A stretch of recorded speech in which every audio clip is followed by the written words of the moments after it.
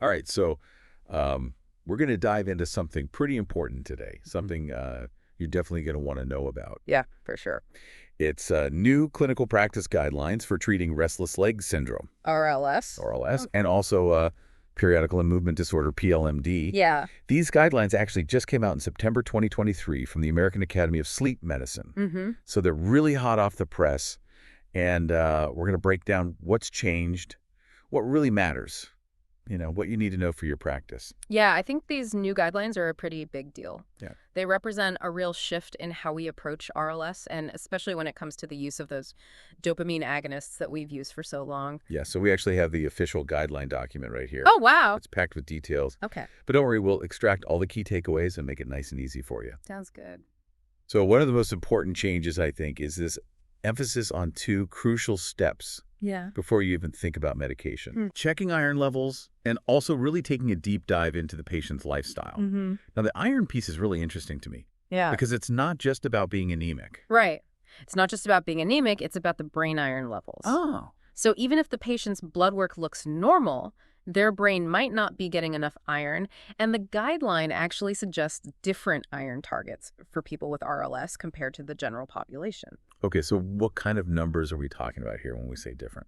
So for adults, they recommend supplementing with either oral or IV iron if that ferritin is less than or equal to 75 nanograms per milliliter, or if their transferring saturation is less than 20%. Okay. Now, if that ferritin is a bit higher, between 75 and 100, they actually suggest going straight to IV iron. Interesting. And then in children, the threshold is lower. They recommend supplementing if that ferritin is less than 50. Got it. So we need to be thinking about brain iron, not just what a typical CBC is showing us. Exactly. Now, what about those lifestyle factors? Yeah. What are the big culprits that can make RLS worse? Well, the usual suspects are caffeine and alcohol, but it goes beyond that. Certain medications can also exacerbate RLS. Right, because so many medications have complex interactions. Exactly. Yeah. Some of the common ones to watch out for are antihistamines, Okay. certain antidepressants that affect serotonin, and even some of the anti-nausea medications. It's like detective work then. Yeah, To figure out what's contributing. it really is. And don't forget to check for sleep apnea, Oh, that's a good point. because that can make things worse too. Untreated OSA can make those RLS symptoms significantly worse. So thorough evaluation is key. Yes. Now let's talk about treatment. Okay. I remember when dopamine agonists were considered like the first-line therapy for RLS. Right. But these new guidelines suggest we really pump the brakes on them. Yeah, that's a major shift. And the reason behind it is something called augmentation. Okay. So basically, long-term use of dopamine agonists like pramipexole and eropanerol can actually worsen RLS symptoms over time. That seems counterintuitive. Yeah. If they work initially, why would they make things worse in the long run? I know it's tricky, right? And the reason is because the initial studies on these medications were too short to catch this augmentation effect. Ah, so they were looking at the short-term efficacy, but the long-term consequences weren't fully understood. Exactly. And these new guidelines really emphasize the importance of considering the long game when it comes to RLS management. So if dopamine agonists are no longer the go-to, what are the new frontrunners for treating RLS? Well, the guidelines give a strong recommendation to the alpha-2 delta ligands, specifically gabapentin, also known as Neurontin, and pregabalin, which is Lyrica. Okay. And I know those are used for other conditions like nerve pain seizures. Right. Is there something about how they work that makes them effective for RLS as well? That's a great question. And while the exact mechanism isn't fully understood, it's thought that they modulate neurotransmitters in a way that helps reduce those uncomfortable sensations and urges to move. And gabapentin anacarbial, which is a longer-acting version of gabapentin, is actually the only FDA-approved drug specifically for RLS that receives a strong recommendation in this guideline. Okay, that's good to know. So we've got alpha-2 delta ligands stepping into the spotlight. Yeah. What else is making waves in the RLS treatment landscape? Well, iron is another treatment option that's gaining significant traction. Specifically, ferric carboxymaltose, or Injectafer, is getting a strong recommendation from the guideline. That makes sense given all this emphasis on brain iron. Exactly. And multiple studies have shown that IV iron can significantly improve RLS symptoms, even in patients who aren't considered anemic by traditional standards. So it really reinforces that idea that we need to be thinking about iron differently in the context of RLS. Exactly. Almost like the brain needs a direct infusion of iron to function properly in these cases. It's fascinating, right? And it's an area of research that deserves further exploration. Sure. It begs the question, are there specific mechanisms at play that make IV iron more effective than oral supplementation for some patients? That's a great question. So there's clearly a lot we still don't know, Yeah. but it sounds like alpha-2 delta ligands and IV iron are becoming the new heavy hitters in the RLS treatment arena. Yeah, I think so. What other options are on the table? Well, the guidelines conditionally recommend extended release oxycodone for those really challenging cases, Okay. particularly when other therapies haven't provided sufficient relief. That makes sense. But of course, with opioids, we always need to be cautious and weigh the potential benefits against the risks. Oh, absolutely. Careful patient selection monitoring and ongoing conversations about the potential side effects are crucial. Of course. And another interesting option that's emerging is bilateral high-frequency peroneal nerve stimulation. Yes. Now, that's something I haven't heard much about. Yeah, it's pretty new. What can you tell us about that? Well, it's a non-drug approach, and it involves stimulating specific nerves in the legs. It's still relatively new, but the initial research looks promising. That's encouraging. Yeah. It's great to see more non-pharmacological options being explored. Mm. Now, what about treating children with RLS? Yeah. Are there any specific recommendations for this age group? Unfortunately, that's one of the biggest gaps in the research. There's a real lack of data on how to effectively and safely treat RLS in children. So how do we approach these cases? What guidance do the guidelines provide? For now, they suggest using oral iron if a child has low iron levels. Okay.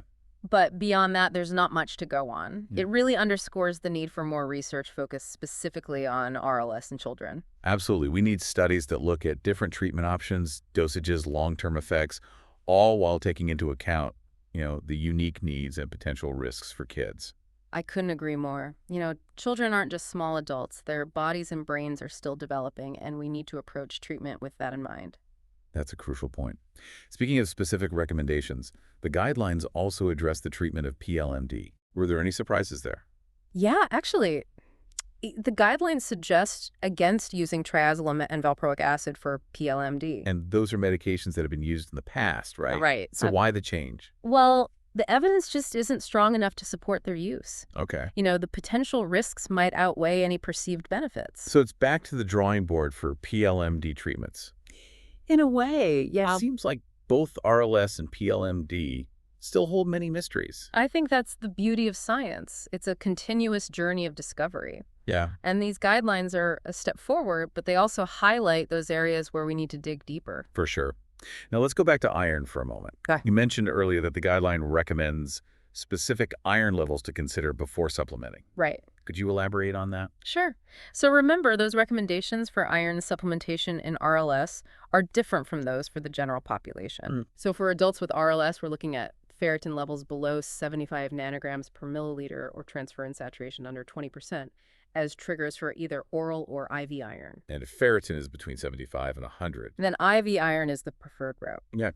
It seems that for some individuals with RLS, getting that iron directly into the bloodstream might be more effective than oral supplementation. It makes you wonder about the different ways that the brain utilizes iron, depending on how it's delivered. That's a great point, and it's one that researchers are still investigating. There's a lot we don't know about how iron is processed and utilized in the brain, particularly in the context of RLS. It's a reminder that even something as seemingly simple as iron can be incredibly complex. Exactly. And this complexity extends beyond medication. Remember, these guidelines also emphasize the importance of addressing those lifestyle factors and potential exacerbating medications. Right, those good practice statements that go beyond just prescribing pills. Absolutely. This is where a thorough patient history is crucial. We need to understand their lifestyle habits, caffeine intake, alcohol, use sleep patterns, and we need to carefully review their medication list, looking for any potential culprits that could be contributing to their RLS. So it emphasizes the importance of a holistic approach. Yes. We're not just treating the symptoms, we're looking at the whole picture. Precisely. Now we've discussed the medications that are recommended. Right. But I think it's equally important to understand why the guidelines are advising against certain treatments. Like the dopamine agonists. Right. It's a big change from how they were viewed before. Yeah, and the risk of augmentation is a major concern, and that wasn't as clearly understood in the past. Longer-term studies are shedding light on the potential downsides of that prolonged dopamine agonist use.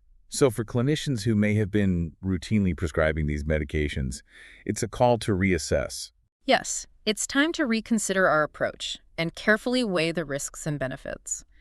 It's worth noting, though, that while the guidelines suggest against the routine use of dopamine agonists, they do acknowledge that there might be individual cases where these medications are still appropriate. For example, if a patient has tried other options without success, Right. or if their RLS symptoms are so severe that they're significantly impacting their quality of life. Exactly. It's about individualized treatment. However, in those cases, it becomes even more crucial to monitor for augmentation closely and have open conversations with those patients about the potential long-term effects. So shared decision-making is paramount. Yes. These new guidelines really highlight the importance of having those honest and informative conversations with our patients. I couldn't agree more. We need to empower our patients with knowledge so they can make informed choices that align with their own individual needs and preferences. It's a partnership. Now, these new guidelines have implications that reach far beyond just choosing the right medication. That's right. It's about shifting our entire mindset and approach to RLS management. Moving away from what might have been a one-size-fits-all approach with dopamine agonists in the past. Yes.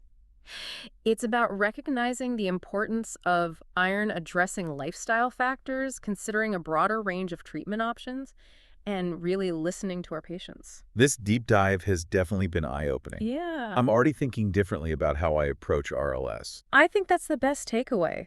These guidelines should encourage us to question, to learn, and to continually strive to provide the best possible care for our patients. It's not just about how we as clinicians are thinking about RLS, right? Right. These guidelines have ripple effects throughout the entire healthcare system. Absolutely. Like one of the things that stands out to me is the potential impact on healthcare costs. Yeah. Some of the recommended treatments, particularly IV iron infusions, can be expensive. They can be, yeah. And that raises some important questions about access and equity. Right.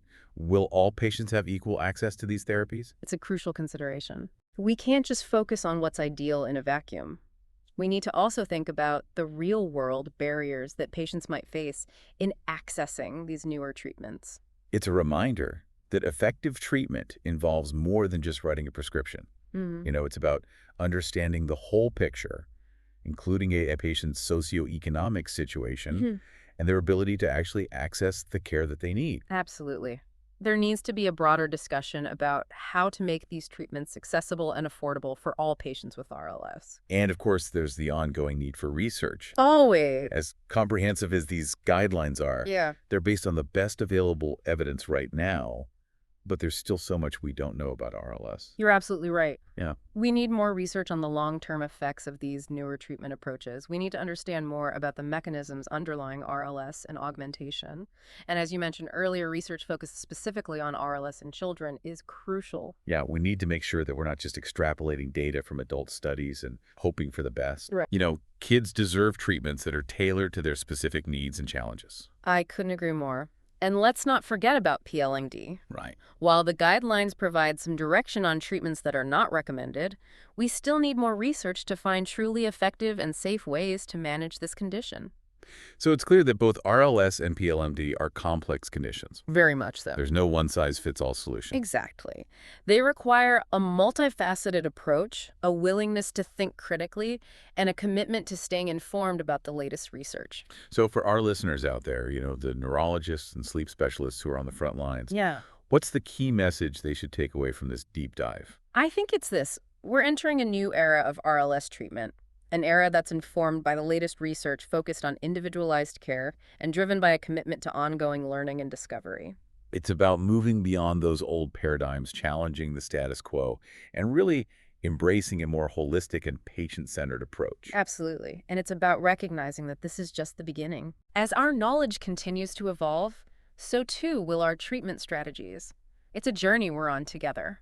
This deep dive has been packed with insights. We've covered a lot of ground. We have. But before we wrap up, there's one final thought I want to leave our listeners with. Okay.